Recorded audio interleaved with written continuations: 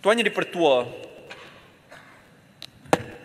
kita telah dimaklumkan dalam ucapan belanjawan bahawa tahun ini merupakan tahun pengenalan cukai-cukai yang baru, perluasan skop cukai yang sedia ada, tetapi jawapan yang kerap diberikan dipenuhi dengan penipuan dan pembohongan.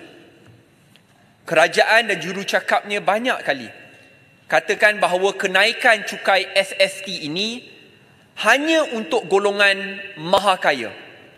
Ia tidak akan membebankan rakyat. Siap berani lagi memperlekehkan rakyat dengan katakan, sejak bila rakyat main golf setiap hari?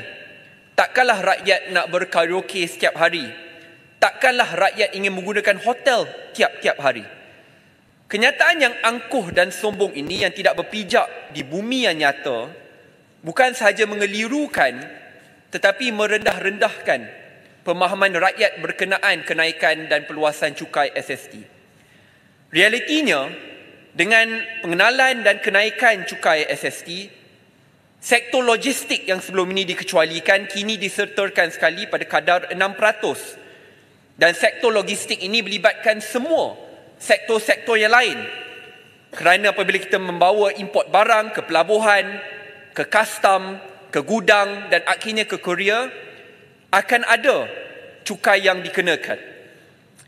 Dicampurkan sekali dengan ringgit yang lemah, ini akan menyebabkan kos barang meningkat dengan mendadak.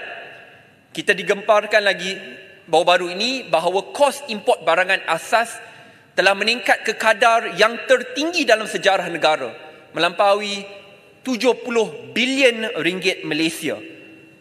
Dan dikaitkan sekali dengan subsidi diesel yang bakal ditarik, yang banyak berkaitan dengan sektor logistik, kita akan lihat barang asas rakyat meningkat dengan mendadak. Tetapi mereka yang mempertahankan kenaikan ini mungkin tak sedar SST ini melibatkan apa? Ia melibatkan banyak aktiviti harian dan barangan harian. Adakah golongan maha kaya sahaja yang menggunakan kemudahan sukan seperti futsal, badminton dan bola sepak yang turut akan dikenakan? Streaming online seperti Netflix dan Disney, ataupun pengguna Shopee, Lazada, TikTok Shop, Post Laju, yang semua akan terkesan dengan kenaikan SST. Lesen motor, lesen kereta, pembelian kereta baru, insurans kesihatan, takaful dan yang lain. Persoalan saya, sejak bila semua barang ini hanya melibatkan golongan maha kaya? Sebab itu apa yang saya minta, jujur dan ikhlaslah kepada rakyat. Jangan kata lain tapi buat lain. Kata penaikan dan perluasan skop cukai ini hanya ditujukan kepada golongan maha kaya, tetapi realitinya rakyat biasa yang paling teruk terbeban. Kita perlu lawan pembohongan dan penipuan ini. Tetapi yang lebih mengejutkan, baru minggu lepas, 3 hari sebelum cukai ini dikuatkuasakan, menggunakan pintu belakang, kerajaan menyertakan sekali sektor baru ke dalam skop pencukaian SST, iaitu maintenance and repair. Ini dimasukkan pada minit-minit yang terakhir, tidak dibentangkan di parlimen, tidak ada sesi konsultasi, digazetkan pada 23 Februari dan dilaksanakan pada 26 Februari sampai dikecam oleh pakar-pakar kerana tidak ada sesi konsultasi, kerana dibuat secara terburu-buru dan diam-diam tanpa ada ketelusan langsung. Rakyat ingin tanya, dengan kemasukan maintenance and repair ini, ia sangat broad, sangat general. Adakah ia akan melibatkan repair laptop, telefon bimbit, kereta dan banyak lagi yang lain? Kerana yang jelas itu akan meningkatkan kos sara hidup rakyat. Sebab itu perkara sebegini janganlah buat pada minit yang terakhir. Bentangkan, bincangkan, adakan sesi konsultasi. Jangan guna pintu belakang kerana kamu terdesak dan akhirnya sanggup menipu dan membohong dan tidak menggunakan parlimen sebagai avenue yang terbaik. Wah, boleh sedikit? Muar, berkaitan dengan SST ini, seperti mana yang Muar sebut tadi, saya lihat bahawa bukan saja rakyat di luar sana tidak faham, tetapi menteri sendiri pun tidak faham.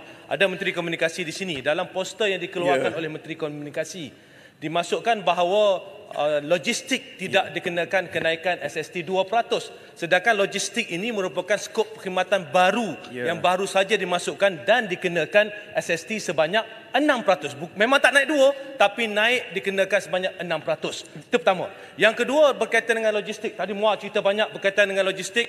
Dalam pembentangan dan perbahasan belanjawan yang lepas, Menteri Keuangan ada menyebut bahawa mereka akan melaksanakan sesi lebat urus berkaitan dengan logistik kerana ramai bangkitkan. Namun akhirnya lebat urus itu membawa kepada logistik sebanyak 6% juga. Dan apa yang dikhawatiri dalam konteks logistik ini adalah tax on tax. Kalau kita tengok banyak cukai di atas cukai yang dikenakan. Jadi saya minta ditanya sikit, apakah pendekatan MOF untuk menangani perkara ini? Terima kasih Muaz. Sebab tu saya kata jangan menipu dan membohong. Saya pun lihat juga poster tersebut. Terkejut bila saya lihat, sektor logistik dikecualikan, tetapi dalam perkeliling rasmi di dalam website MOF, sektor logistik dimasukkan daripada 0 ke 6%, kenaikan yang agak besar. Dengan itu jangan tipu. Dan setiapa yang Muhammad Putrajaya kata dengan betul, iaitu it is tax on tax. Kita lihat di mana daripada semua peringkat dan cascading effect itu bakal menyebabkan harga barang asas meningkat dengan mendadak. Saya berharap video yang Muhammad Putrajaya buat tidak akan kena sekat lagi lah. Saya akan masuk pasal video. Harap begitu Mak, kalau tak kena sekat lagi. Saya akan masukkan nanti.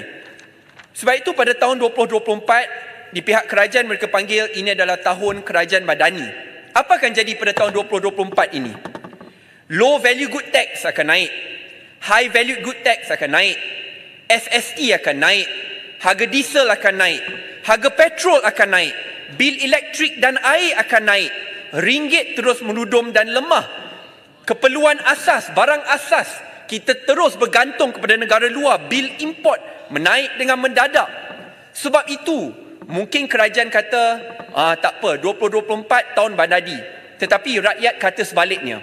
Rakyat di luar sana tak panggil tahun 2024 tahun madani. Mereka panggil tahun 2024 tahun mahal dah ni.